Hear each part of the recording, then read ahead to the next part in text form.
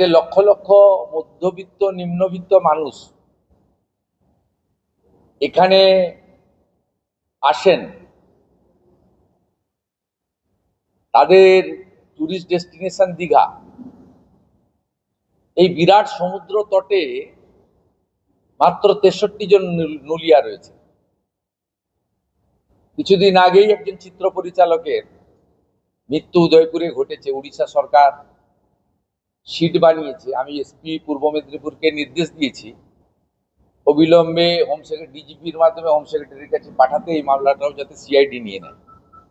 ওনার পরিবার থেকে এখানে মামলা করে গেছেন, যেটা একটা ন্যাচারাল ডেথ হিসেবে ইউডি মামলা হয়ে আছে।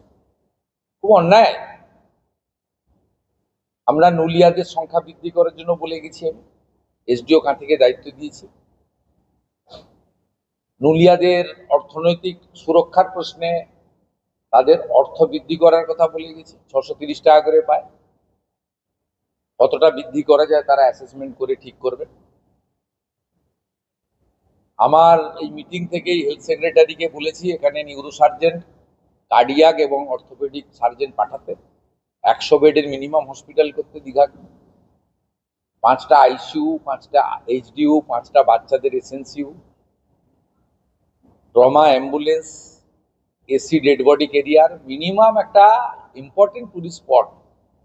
সেখানে যা যা দরকার সেটা বলা হয়েছে। আপনি শুনলে অবাক হবেন, 5 জন মতো এসআই নিয়ে দীঘা থানা চলছে।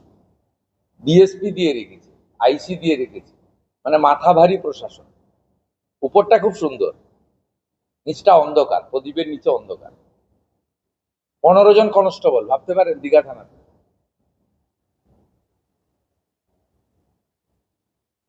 আর এ তো বললে অনেক সময় লেগে যাবে। আমি প্রত্যেকটা পয়েন্ট ধরে আলোচনা করেছি।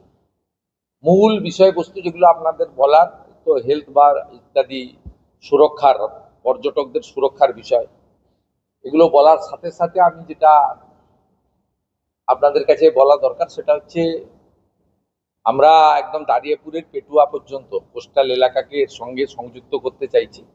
ভিতরের এলাকাটা কোস্টাল এলাকা, মানে পুরো পেটুয়া থেকে বাঙ্কিপুট, জুনপুট হয়ে শৌলা থেকে মেরিন ড্রাইভ আছে, এটা এক্সটেনশন করা। আর মেরিন ড্রাইভ সব জায়গায় ওই পিএমজিওসাইয়ের মতো ছোট রাস্তা হয়ে গেছে, ওটা মেরিন ড্রাইভ বলে না। আমি ডিএসডি এর ইওকে পিডব্লিউডি কে বলেছি, ডিএম সাহেবকে বলেছি মনিটরিং করতে, চেন্নাই এবং মুম্বাইয়ের মতো মেরিন ড্রাইভ করতে। অন্তত 4 লেন তো সম্ভব নয়, 2 লেন যেতে হয়, এবং এটা এক্সটেনশন করতে পেটুয়া পর্যন্ত। রাজন পাত্র বাড়ে আমরা মোটামুটি ডিপসি পোর্ট ঠিক করে ফেলেছি, 1700 একর জমি আমাদের হাতে আছে। ইন্ডাস্ট্রি ডিপার্টমেন্ট সেটা ইতিমধ্যে টেক আপ করেছে, এবং যত তাড়াতাড়ি সম্ভব এর প্রক্রিয়া কমপ্লিট করে আমরা যাতে আগের মতো শুধু ভাষণে নয় কাজে করতে পারি। 1700 একর জমি আমাদের হাতে রয়েছে, আর ওখানে ডেপথও ভালো রয়েছে, নাব্যতা। এটা একটা বড় অ্যাচিভমেন্ট হবে, পুরো এলাকার অর্থনৈতিক সিনারিও বদলে যেতে পারে।